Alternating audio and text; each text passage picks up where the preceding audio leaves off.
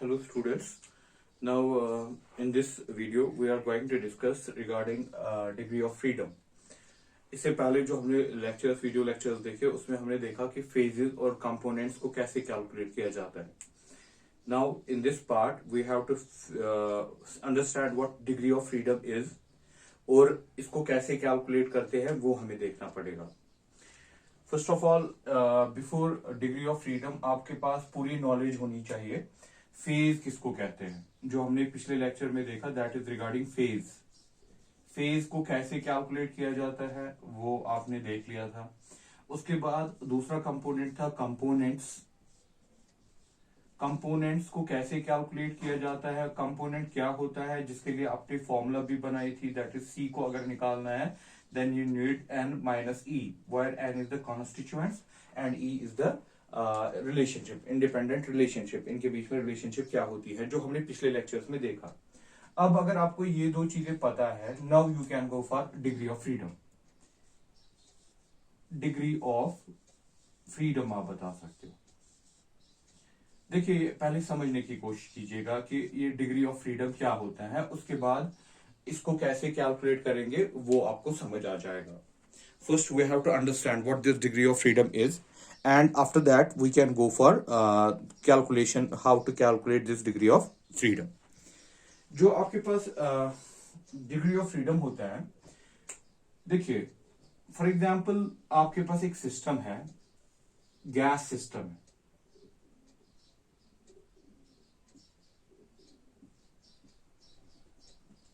आपके पास गैसवस सिस्टम है. इस गैस सिस्टम में इसके वेरिएबल्स होते हैं. वेरिएबल लाइक आपके पास इसका प्रेशर है, इसका वॉल्यूम है, इसका टेम्परेचर है. दीज आर द वेरिएबल जिनको आप थर्मोडायनेमिक वेरिएबल्स भी कहते हो या नॉर्मल में कहते हो वेरिएबल्स हैं. अगर आपको इस सिस्टम को एक्सप्रेस करना है, then you need these variable. आपको पता होना चाहिए प्रेशर क्या, वॉल्यूम क्या, टेम्परेचर क्या. और अगर हम इसकी state, this represent this Pvt, जो भी वैल्यू होगा दैट रिप्रेजेंट इट्स स्टेट. ये इसकी स्टेट को रिप्रेजेंट करेगा, जो आप थर्मोडायनेमिक्स में भी पढ़ते हो.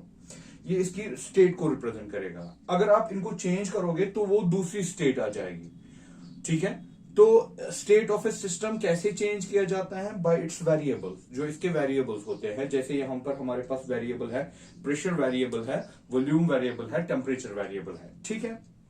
नाउ इस सिस्टम को एक्सप्रेस करने के लिए कितने वेरिएबल्स की जरूरत है, मिनिमम कितने वेरिएबल्स की जरूरत है? इस सिस्टम को एक्सप्लेन करने के लिए, एक्सप्रेस करने के लिए कितने वेरिएबल्स की जरूरत है? हाँ, 3 है, पीवीटी, लेकिन मिनिमम 2 ही है. मिनिमम 2 वेरिएबल्स की जरूरत है. ऑल्दो हम दिखा रहे हैं 3, लेकिन कह रहे हैं कि मिनिमम वेरिएबल्स 2 दिखाने की जरूरत है. क्यों?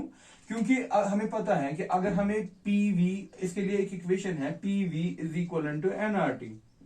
अगर हमें प्रेशर वॉल्यूम पता है, एम तो नंबर ऑफ मोल्स होता है, वो तो पता ही है पहले ही, R is the gas constant, temperature का तो हम खुद ही निकाल देंगे. तो मिनिमम 2 वेरिएबल्स की जरूरत पड़ेगी इस सिस्टम को एक्सप्रेस करने के लिए. ऑल्दो वेरिएबल्स 3 होते हैं, प्रेशर, वॉल्यूम, टेम्परेचर, लेकिन हमें मिनिमम 2 की जरूरत है इस सिस्टम को एक्सप्लेन करने के लिए. क्योंकि हमारे पास अगर 2 आ गए then we can calculate, third one हम कैलकुलेट कर सकते हैं. अगर आपके पास प्रेशर वॉल्यूम है आप टेम्परेचर को कैलकुलेट कर सकते हो. अगर आपके पास प्रेशर टेम्परेचर है तो आप वॉल्यूम को कैलकुलेट कर सकते हो. तो मिनिमम इसमें 2 वेरिएबल्स की जरूरत पड़ती है. तो दिस रिप्रेजेंट्स इस डिग्री ऑफ फ्रीडम. तो इसका डिग्री ऑफ फ्रीडम 2 है. इस सिस्टम को एक्सप्रेस करने के लिए 2 वेरिएबल्स की जरूरत है, या तो प्रेशर टेम्परेचर होगा, या तो प्रेशर वॉल्यूम होगा, या वॉल्यूम टेम्परेचर होगा. तीसरा हम निकाल देंगे. ऑल्दो 3 वेरिएबल्स इसमें होते हैं. तो अब डिग्री ऑफ फ्रीडम क्या दिखाता है कि मिनिमम वेरिएबल्स कितने, दैट मीन मिनिमम वेरिएबल किसी सिस्टम के लिए कितने होने चाहिए जिससे आप उसको एक्सप्रेस कर सको. That represents the degree of freedom. तो बेटा ये होता है actually degree of freedom. Now अगर हम इसको देखें, डिफाइन करें तो क्या बोलेंगे? The degree of freedom of a system is defined as the number of independent variables, by which we can express the system. तो डिग्री ऑफ फ्रीडम को कैसे एक्सप्लेन करेंगे? डिग्री ऑफ फ्रीडम को आप एक्सप्लेन करेंगे, so it is the defined as the number of independent variables by which we can express the system completely, by which we can express the system completely. तो ये simply होता है कि degree of freedom क्या है। ये तो मैंने गैस का बताया आपको कि गैस में कैसे है। अगर आपके पास हम कोई और सिस्टम ले लें, लीजिए ये मैंने पानी ले लिया, यहां पर ये मैंने पानी ले लिया, यहां पर इसको बंद रखा, तो इसका यहां वेपर्स भी होगा, ठीक है, इसका यहां पर वेपर भी होगा। So this is in equilibrium with water liquid and water vapours, इनके बीच में इक्विलिब्रियम होगा। यहां पर इसका कुछ प्रेशर होगा, ठीक है, इसका अपना कुछ प्रेशर होगा। अगर मुझे प्रेशर इसका पता है, मैं इसका टेम्परेचर बोल सकता हूं, मेरे पास इक्वेशंस हैं, तो मैं इसका टेम्परेचर बोल सकता हूं। तो यहां पर मुझे लग रहा है कि दैट मीन यहां पर कितने वेरिएबल्स, मिनिमम वेरिएबल्स कितनी जरूरत है? एक की जरूरत है। वो हमें कैसे पता चलता है कि कितने वेरिएबल्स की जरूरत है? वो हम सीखेंगे कि कैसे निकालना है। लेकिन यहां पर मुझे एक वेरिएबल की जरूरत है, लीजिए प्रेशर का, क्योंकि मेरे पास इक्वेशन है जिससे मैं प्रेशर को बता सकता हूं फिर टेम्परेचर क्या होना चाहिए, ठीक है। लाइक चार्ल्स लॉ है हमारे पास, जो ये ना एवोगैड्रो गैलोजिक्स लॉ है, जो प्रेशर और टेम्परेचर को आपस में रिलेट करता है। बट दैट मीन्स यहां पर मिनिमम एक वेरिएबल की जरूरत है, तो इसका डिग्री ऑफ फ्रीडम 1 हो गया। हमें कैसे पता चले कितने सिस्टम? पहले तो डिग्री ऑफ फ्रीडम को समझने की कोशिश कीजिए। अब डिग्री ऑफ फ्रीडम को समझने के लिए क्या है, अगर आप एक 1 बोल रहे हो तो एक degree of freedom, that mean आपको एक वेरिएबल की जरूरत पड़ेगी। अगर कहीं पर ये आ गया 2 आ गया, 2 वेरिएबल्स आ गया, तो आप क्या कहेंगे कि इसका डिग्री ऑफ फ्रीडम 2 है, तो 2 पैरामीटर्स की जरूरत पड़ेगी, मिनिमम 2। अगर 3 आ गया तो 3 की जरूरत पड़ेगी, मिनिमम 3। अगर 0 आ गया तो किसी पैरामीटर की जरूरत नहीं है, जो हम देखेंगे। सो फिलहाल के लिए हमने ये समझा कि what means degree of freedom, degree of freedom क्या होता है वो समझने की कोशिश की हमने।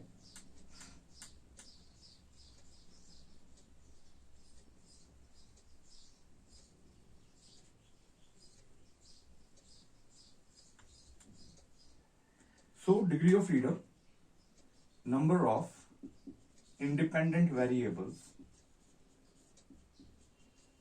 independent variables by which the system can be expressed, जिससे आप सिस्टम को, किसी सिस्टम को एक्सप्रेस कर सकते हो, that is degree of freedom. This is our degree of freedom. देखिए बेटा, आप कैसे कैसे कैलकुलेट करना है और इसमें हमें किन चीजों का ख्याल रखना पड़ता है। जब हम डिग्री ऑफ फ्रीडम को कैलकुलेट करने जाते हैं, we have one of the important equation in physical chemistry that we call Gibbs phase rule. इसको हमें आगे डिराइव भी करना है, फिलहाल यूज करके देखेंगे। Gibbs phase rule, Gibbs phase rule कहता है F is equal to C minus P plus 1, ठीक है। F is equal to C minus P plus 1, ये हमारे पास गिब्स फेज रूल आता है। One of the important equation जिसके ऊपर गिब्स का बहुत सारा कंट्रीब्यूशन है, गिब्स का बहुत सारा कंट्रीब्यूशन है इसमें। एक्चुअली यहाँ पर 2 लिखेंगे, फिर जाके ये 1 भी आगे आ जाएगा, लेकिन फिलहाल हम 2 रखेंगे इसमें। One of the important equation जो गिब्स ने हमें दी है, that in order to calculate the degree of freedom, F degree of freedom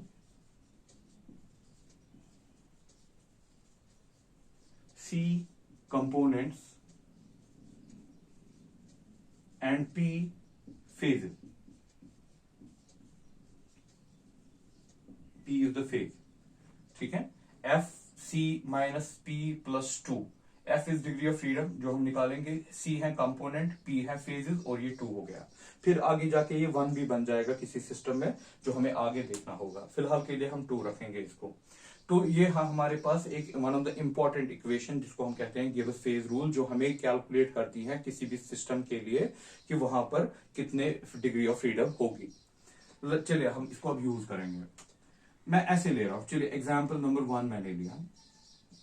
मेरे पास कहीं पर वाटर है, ठीक, वाटर है, it is in solid form, बस वाटर है और कुछ नहीं, वाटर इन सॉलिड फॉर्म और कुछ नहीं है, तो आप इसका डिग्री ऑफ फ्रीडम निकालिए। कंपोनेंट्स कितने हैं, वाटर है, एक कंपोनेंट है। फेजेस कितने हैं इसके, फेज भी एक है, एक सॉलिड ही हमने ले लिया, +2, 1 - 1 दैट इज ये बच जाएगा लास्ट में 2, तो इसका 2 निकल गया, that is by variant, that is by variant. तो इसके लिए डिग्री ऑफ फ्रीडम 2 है। दैट मीन्स आपको यहां पर 2 पैरामीटर्स की जरूरत पड़ेगी इस सिस्टम को एक्सप्लेन करने की। दैट आपको बताना पड़ेगा टेम्परेचर कितना है, आपको बताना पड़ेगा प्रेशर कितना है, ठीक है। आपको यहां पर 2 पैरामीटर्स की जरूरत पड़ेगी। नॉर्मली 3 होते हैं पीवीटी, आप यहां पर इसके लिए खाली 2 से काम चला सकते हो। 2 मिनिमम पैरामीटर्स होंगे आपके लिए यहां पर इस सिस्टम को एक्सप्लेन करने के लिए, that is it's degree of freedom. ऐसे डिग्री ऑफ फ्रीडम कैलकुलेट किया जाता है। अब अगर मैं वाटर लिक्विड लेता उसके लिए भी 2 निकलता, अगर मैं वाटर गैस लेता तो उसके लिए भी 2 निकलता। नाउ चलिए अब थोड़ा सा चेंज करते हैं, सेकेंड एग्जाम्पल ले रहा हूं। मेरे पास वाटर है, ये लिक्विड फॉर्म में है, और लेकिन इसके इस वक्त ये इक्विलिब्रियम में है, वाटर गैस, ये वाटर लिक्विड वाटर गैस, इसके लिए एफ कितना होगा आपको मैंने पहले ही सिखाया है कैसे निकालते। कंपोनेंट कितने हैं, वाटर है, एक ही कंपोनेंट है। फेजेस कितने हैं, 2 फेजेस है, ठीक है। और इसका ये 2 हो गया, दैट इज 2 - 2 कैंसिल हो जाएगा तो 1 बचेगा। इसको क्या बोलेंगे, दैट इज यूनिवेरिएंट, यूनिवेरिएंट। इसकी डिग्री ऑफ फ्रीडम 1 है, तो कम से कम एक पैरामीटर होगा जो इस सिस्टम को एक्सप्रेस करेगा, ठीक है। एक सिस्टम होगा, एक पैरामीटर होगा जो इस सिस्टम को एक्सप्रेस करेगा। दूसरा हम निकाल सकते हैं फिर खुद, लेट इट बी, जैसे मैंने कहा कि आप इसका टेम्परेचर बोलिए तो हम प्रेशर बता सकते हैं। फिर हमारे पास इक्वेशंस हैं जिससे हम इसका प्रेशर बता सकते हैं कि क्या होना चाहिए। और इतना ही नहीं, देखिए आगे जाएंगे, हमें वाटर की वन कंपोनेंट, हमें डायग्राम्स देखनी है, वाटर सिस्टम को अलग से भी देखना है। यहां पर एक और चीज इसके साथ नोट कीजिएगा, आपको मैंने पिछली बार भी कहा था, दिस इज बॉइलिंग, है ना। अगर आप वाटर लिक्विड और वाटर गैस के बीच में हो, ये एक टाइप का बॉइलिंग या इवोपरेशन है ना। अगर आपको इस इक्विलिब्रियम को मेंटेन करना है, ठीक है ना, आपको इस इक्विलिब्रियम को मेंटेन करना है, तो आपके पास एक टेम्परेचर के लिए एक प्रेशर होगा, एक टेम्परेचर के लिए एक प्रेशर होगा। आप एक टेम्परेचर बताइए, प्रेशर हम निकाल के देंगे, जो हमारे पास क्लैसियस कैलिब्रॉन इक्वेशन है जिसको आपने पीछे देखा भी। अगर आपके पास एक टेम्परेचर आएगा तो हम प्रेशर बता सकते हैं कि फिर प्रेशर कितना होगा इसका। यानी कि यहां पर वेरिएबल जो है ना, इसका वेरिएबल 1 निकलता है। वेरिएबल 1 निकलने के लिए हर किसी टेम्परेचर के लिए हर कोई इसका अपना एक प्रेशर होगा जहां पर ये मेंटेन करेगा अपना इक्विलिब्रियम, ठीक। लेकिन आप एक्सप्रेस जो किया जाता है ना, इसको एक्सप्रेस आप एक पैरामीटर से कर सकते हो।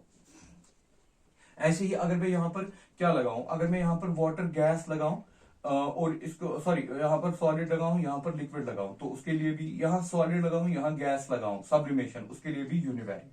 तो डिग्री ऑफ फ्रीडम इज 1, जो हमें आगे करना भी है। हम इसको आगे डायग्राम पे देखेंगे कि क्या चेंज करना है तो दूसरे पैरामीटर का क्या हो जाता है। नाउ अगर हमारे पास ऐसे तीसरी एग्जांपल में ले रहा हूं, ये वाली कहानी, water liquid water solid, sorry पहले सॉलिड लेंगे फिर लिक्विड लेंगे, सो this is in equilibrium with water gas. क्या मैं यहां पर नोट करता हूं, this is in equilibrium with water gas. तो इसके लिए जरा बताइए डिग्री ऑफ फ्रीडम क्या है, कितने कंपोनेंट्स हैं, एक है। फेजेस कितने हैं, 3, 2 सॉलिड लिक्विड गैस 3 फेजेस हैं। 2 + 1 3 - 3 दैट इज 0। 0 जब डिग्री ऑफ फ्रीडम निकलता है, दिस इज इनवेरिएंट। इसको क्या कहते हैं, इनवेरिएंट। दैट मीन इसको किसी भी चीज को एक्सप्रेस करने की जरूरत नहीं है। देखिए इसका मतलब क्या है एक्चुअली, ये जो this we call triple point of water. जब वाटर एग्जिस्ट करता है तीनों स्टेट्स में, this we call triple point of water. इसको हम ट्रिपल पॉइंट ऑफ वाटर कहते हैं। जो ट्रिपल पॉइंट ऑफ वाटर होता है, दैट मीन जहां पर तीनों एग्जिस्ट करेंगे। ये एक ही ऐसा टेम्परेचर, एक ही ऐसा प्रेशर, एक ही ऐसा वॉल्यूम होगा जहां पर इसका एग्जिस्ट करेगा, वाटर सॉलिड में भी, लिक्विड में भी, गैस में भी, तीनों में इक्विलिब्रियम होगा। और दैट मीन्स इसके वेरिएबल नहीं है, दैट मीन्स ये चेंज नहीं हो सकता। अगर आपने फॉर एग्जांपल वाटर एग्जिस्ट कर रहा है ट्रिपल पॉइंट ऑफ वाटर में, तो इसका अपना एक टेम्परेचर होगा, उस वक्त अपना प्रेशर होगा, अपना एक वॉल्यूम होगा, ठीक। अगर इनमें से कोई भी पैरामीटर चेंज होगा तो ये ट्रिपल पॉइंट में नहीं रहेगा, इसकी डिग्री ऑफ फ्रीडम जीरो है, इसकी डिग्री ऑफ फ्रीडम जीरो है। तो इसको एक्सप्रेस करने के लिए, दैट मींस इसको एक्सप्रेस करने के लिए कोई पैरामीटर आपको जरूरत नहीं है। दैट मीन चेंज, जब आप चेंज करते हैं ना, अगर आप इन तीनों में से टेम्परेचर, प्रेशर, वॉल्यूम कोई भी थोड़ा सा चेंज करोगे तो ये ट्रिपल पॉइंट में नहीं रहेगा, ठीक। तो इसकी ये सिस्टम एग्जिस्ट नहीं करेगा ट्रिपल पॉइंट ऑफ वाटर में, तो इसकी डिग्री ऑफ फ्रीडम कुछ भी नहीं है। तो हम दूसरे लफ्जों में इसको कहते हैं कि इसको एक्सप्रेस करने के लिए हमें कोई पैरामीटर नहीं चाहिए। क्यों? क्योंकि अगर आपने थोड़ा सा भी चेंज कर दिया तो वो तो रहेगा ही नहीं, दैट मीन उस इक्विलिब्रियम में रहेगा ही नहीं। ऐसे यहां पर पूरा इसको समझने की कोशिश कीजिए, मेन ये चीज समझाएगा आपको डिग्री ऑफ फ्रीडम कहां पर यूज भी होता है। इसका डिग्री ऑफ फ्रीडम जीरो निकला, इसका मतलब इसको एक्सप्रेस करने के लिए कोई पैरामीटर जरूरत नहीं है, इसको एक्सप्रेस करने के लिए कोई पैरामीटर जरूरत नहीं है। मतलब क्या? मतलब वो क्या होता है पैरामीटर? देखिए बेटा, जब आपके पास ट्रिपल पॉइंट आएगा तो उसका अपना एक टेम्परेचर होगा, प्रेशर होगा, वॉल्यूम होगा। लेकिन उसी टाइम पे अगर आप उसमें थोड़ा सा भी चेंज करोगे तो वो सिस्टम कभी इक्विलिब्रियम में नहीं रहेगा, तो ट्रिपल पॉइंट नहीं रहेगा। तो दैट मीन ना इसकी डिग्री ऑफ फ्रीडम कितनी है? जीरो। उसका मतलब क्या है कि इस सिस्टम को चेंज करने के लिए कोई पैरामीटर नहीं चाहिए, है ना। हमारे पास जैसे गैस होता है, जैसे मैंने पहले एग्जांपल पे दिया, गैस दिया, वहां पर प्रेशर होता है, वॉल्यूम होता है। आप एक चीज चेंज करो, प्रेशर चेंज करो, वॉल्यूम चेंज हो जाएगा या टेम्परेचर चेंज हो जाएगा, फिर आप बताओगे कि हाँ प्रेशर टेम्परेचर चेंज हो गया, अब ये दूसरे स्टेट में है, अब ये दूसरे स्टेट में है। लेकिन ये इस स्टेट में रहेगा ही नहीं, तो इसके लिए एक ही टेम्परेचर, एक ही प्रेशर, एक ही वॉल्यूम। अगर आपने उसमें थोड़ी सी भी चेंज कर ली ना तो ये ट्रिपल पॉइंट नहीं रहेगा, तो ये सिस्टम ही नहीं रहेगा। दैट इसमें वेरिएबिलिटी है ही नहीं, इसकी वेरिएबिलिटी कितनी है? जीरो है, तो इसको हम कहते हैं इनवेरिएंट। ये मतलब होता है कि अगर डिग्री ऑफ फ्रीडम जीरो आ गया।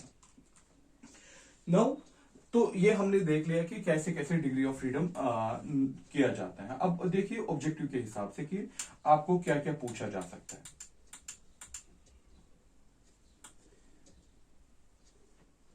हमारा अब ऑब्जेक्टिव के हिसाब से देखेंगे, फिर कैसे इसको अप्लाई करना है वो तो हम देखेंगे ही नेक्स्ट में। Greater the components, greater is the degree of freedom. पहला पॉइंट, ग्रेटर कंपोनेंट्स, ये पॉइंट्स नोट करके रखिएगा अपने में। ग्रेटर कंपोनेंट्स, ग्रेटर एफ, सीधी सी बात है, एफ किसके बराबर होता है? सी माइनस पी प्लस टू। जितना ये ज्यादा होगा एफ भी ज्यादा होगा, जितने कहीं पर कंपोनेंट्स ज्यादा होंगे उतनी वहां पर डिग्री ऑफ फ्रीडम ज्यादा होगी। ये तो हो गया हमारा पहला पार्ट कि जितने ज्यादा कंपोनेंट्स होते हैं उतने ज्यादा डिग्री ऑफ फ्रीडम आएगा उसमें। अब अगर मैं फॉर एग्जांपल आपको फेजेस का बताऊं, greater the number of phases, आप मुझे बता सकते हो क्या होगा? अगर फेजेस ज्यादा होंगे तो डिग्री ऑफ फ्रीडम क्या होगा? कम होगा, क्योंकि माइनस में है। greater the number of phases, greater the number of phases, lesser will be degree of freedom। बता सकते हैं ना, इससे, इस रिलेशनशिप से हम बता सकते हैं, ठीक। ये हो गया हमारा दूसरा पॉइंट। अब अगर हमारे पास ऐसे है, देखिए मैक्सिमम, अगर P मैक्सिमम होगा तो डिग्री ऑफ फ्रीडम का वैल्यू क्या हो सकता है? मिनिमम क्या हो सकता है degree of freedom value? Zero. अगर मैं F को जीरो कर दूं, C minus P plus two, तो P क्या हो गया? मैक्सिमम। मैक्सिमम P, आपने बोला greater the number of phases, lesser will be the degree of freedom. Lesser कितना होगा डिग्री ऑफ फ्रीडम? जीरो होगा, नेगेटिव तो नहीं हो सकता, जीरो होगा। तो उस वक्त फेजेस कितने होंगे? मैक्सिमम। तो आप इस रिलेशनशिप से निकाल सकते हो ना, P मैक्सिमम को आप ऐसे लिखो, ठीक है। ये मैंने इधर कर दिया, C प्लस टू तो अगर आप कहीं पर बताना चाहते हो, अगर आपको ऐसे पूछेगा कि मैक्सिमम फेजेस कहीं पर कितने एग्जिस्ट कर सकते हैं, मैक्सिमम फेजेस कितने एग्जिस्ट कर सकते हैं, तो that is equal to C+2। आप देखिए अगर यही चीज आप वाटर के लिए लगाएंगे ना, वाटर के लिए अगर यही चीज आप वाटर के लिए देखेंगे, वाटर अभी जो हमने एग्जांपल देखा, P मैक्स वाटर कंपोनेंट है +2 दैट इज 3, तो मैक्सिमम फेजेस वाटर के लिए एग्जिस्ट करेंगे 3। ठीक है, तो आप कहीं पर भी किसी सिस्टम को देख सकते हो कि ये कितने फेजेस में एग्जिस्ट कर सकता है, एक ही टाइम पे कितने फेजेस में ये एग्जिस्ट कर सकता है, एक ही टाइम पे कितने फेजेस में एग्जिस्ट कर सकता है, वाटर 3 फेजेस में एक ही टाइम पे एग्जिस्ट कर सकता है। अब फॉर एग्जांपल आप लीजिए अगर मिनिमम देखना है, जैसे मैंने P मैक्स निकाला, ठीक, अगर आपको P मिनिमम देखना है, F is equal to C minus P minimum +2। ठीक है, अब मैक्सिमम दैट मीन्स जो आपका F है, अगर आप P को मिनिमम करोगे तो F मैक्सिमम हो जाएगा। तो हम देखना चाहते हैं कि F कितना मैक्सिमम जाएगा, F मैक्सिमम कितना जा सकता है। देखिए P मिनिमम कितना होगा, P मिनिमम हो सकता है 1, 0 तो नहीं हो सकता, क्योंकि आपके कम से कम एक फेज तो होना चाहिए ना। अगर आप बोलोगे 0 फेज तो मतलब ही नहीं देगा। मिनिमम फेज कितना हो सकता है, 1 हो सकता है। तो वहां पर F मैक्सिमम कितना जा सकता है, F मैक्सिमम जाएगा C+2, दैट इज C+2 से निकलेगा। C+2 से जब निकलेगा तो हम बता सकते हैं यहां पर C+2, फॉर एग्जांपल अगर मैं वाटर के लिए करूं, अगर मैं वाटर ले लूं, खाली वाटर, तो F मैक्सिमम कितना जा सकता है, that is 1 component +2 that is 3। तो F मैक्सिमम यहां पर 3 तक जा सकता है, दैट मीन इसकी डिग्री ऑफ फ्रीडम 3 तक जा सकती है। ये हो गया कि मिनिमम और मैक्सिमम क्या है और उसको कैसे देखा जाता है। This is all about the, फिलहाल एक इंट्रोडक्शन गिब्स फेज रूल के लिए हम क्या यूज करते हैं, गिब्स फेज रूल को हम कैसे निकालते हैं, गिब्स फेज रूल को हम कैसे यूज करेंगे। हाँ, यहां पर एक गड़बड़ हो गया इसमें।